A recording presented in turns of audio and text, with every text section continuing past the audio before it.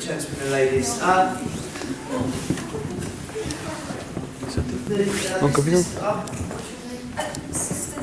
Sister Litton here. I must say, are there any ladies here who are married? This lady is. Yes. Our friend. Are there any others who are married? You've all taken holy orders then? No, I'm just not. Yes, you're just not married. Well, I must say, you may come in, good friends. Do come and gather in the front of me. I'm going to do this. Do you know who That's it. Sir, come this way, sir. Come forward, sir. It's not working, your friend. It's right. If I promise not to ask for a charitable donation, will you come forward, good friends? Come this way. Do gather in. I ask for a poor nun, a little voice.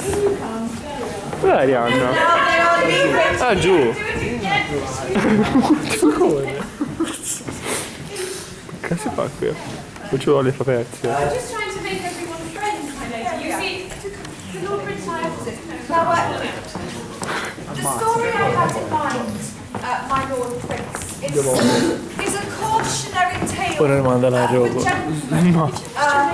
So, sir, this will be very useful. Are you married, sir? You are. Then this may seek to offer you a warning for the future. It is a story that is a non sto capendo niente. non capisco manco io. Before I took holy orders. And it's entitled The Man Who Wanted the Pot. Where he wanted it. It's a little complicated, but allow me to at least go through. So, there is a man, and he is married, and his wife, about to play a musical instrument, or offer some musical accompaniment. No? Oh, it's a shame, isn't it? But this man is married to a beautiful lady, say like this beautiful lady here. You're welcome. And one night he's lying in bed next to his wife, and he thinks, well, my wife is beautiful. My wife, so I believe, is beautiful. But is she obedient? He thought to himself, you wondered that, didn't you? Is this your wife here, sir? You still wonder? Well, this man was wondering. He could not sleep for wondering, sir. And he thought, well, I think perhaps I need to make sure my wife is obedient, and I need to make sure of it now.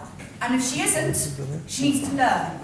And now is as good time as any, you see. So he was lying in bed, you see, like this, and he goes, wife, I need to make water. You see, I need to make water, wife. Bring me the pot, wife. So his beautiful wife, she climbs out of bed, and it's freezing cold, you see. She's in her bedclothes, and she runs out. She collects the pot. She runs around to her husband's side of the bed. She lays it down for her husband. She runs around, and she gets back into her side of the bed, you see. And her husband gets up. He makes his water. He goes to the toilet, you see, sir. Yes. And when he's finished, he climbs back into bed. He says, wife, I don't want the pot down there. What if I were to get out of bed and I stand in my own water? You see, so she gets out of bed, she runs around, you see, like it's still freezing cold, it's still the middle of the night.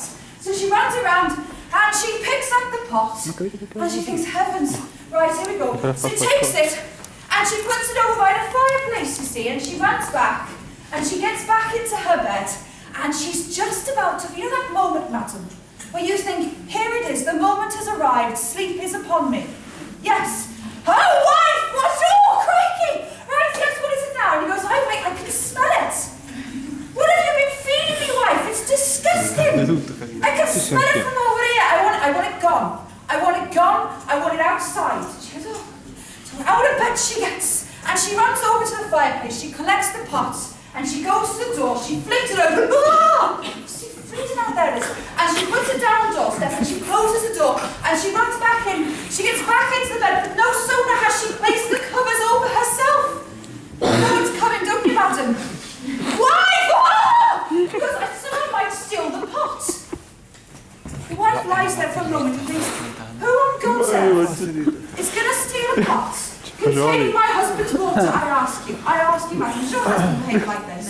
No. Well, he said, I don't want it left outside. I'm going to go and put it somewhere safe. I want you, wife, to go out and to put it on top of the chicken coop. Safest place, isn't it, gentlemen? Yeah? Yes. So she hops out of bed. She goes to the door. She throws it open. Oh, it's still freezing out there. She's still in the bedclothes. She picks up the pot, and I'm going to move this way now, so be prepared. And she runs out, and she gets to the chicken coop, you see. And she's standing there with the pot, and she's looking up. She's like, how the heavens am I supposed to get up there with a pot? Well, do you know, madam? No? No one knows. So she looks around, and she finds a ladder, and she puts the ladder up. And she thinks, right, here we go. Right, so she thinks, could you climb a ladder, sir, with a pot? No. full of you know what? I mean, it's liable to slop, isn't it? You know. So she starts to climb very carefully. That was a bit quick, actually. I'll do it better. She starts to climb very carefully up the top, and she gets to the top, and she swings her leg. I'm going to be delicate about this because I'm a nun, and I don't want you to think that I'm like never able to stop. So she flings her leg over. There she is. Very good. There she is, top of the chicken coop, with, you know what we said, don't you? With it in her hand, just like that, see. But she can't get down off the chicken coop because chicken coops, they're sort of pointed, aren't they, madam? Like that, you see. So she can't get down, so she has to stay there all night. There she is, out there like this, with the pot. Meanwhile, I'm going to come back over there now. In his bed, tucked up, you know, nice and warm, all toasty and nice and warm, you see. He wakes up and he thinks, oh, that was a good sleep. That was really good. And he rolls over, oh, it's still dark. Where is my wife? She gets out of bed, goes to the back door, throws the door, and where's my pot? I knew this would happen. Someone had nipped it. So opens up the door, steps over what it was, opens the step, no pot, and he goes, the chicken coop. You see? So he goes out, he walks around, he says, wife! And here's his little voice. Wife! Wife, I can't see you. He says, it's so cold, I can hardly talk. So he goes closer, and he says, are you up there, wife? And she's like, oh, come closer. He goes, oh, are you up there, wife? Just come closer. Now you can guess what's going to happen, can't you, sir? Yes, you're getting the general idea. It's quite a cautionary tale, you see. Because he gets closer and closer and closer, and then the wife says, husband, I am up here freezing with a pot full of your water because he had to go to the toilet. And he says, and you wanted it up here on the chicken coop. And now, husband, come closer, come closer. And now, I know exactly where I want it as well, and she dumps the whole lot on his head. You see, my father told me that story, madam. You would never get it before I'm in a habit. You see? So, cautionary tale, sir. Would you say your wife is obedient? I'll try that tonight and I'll let you know. Very good. I end up We're enjoying it very much.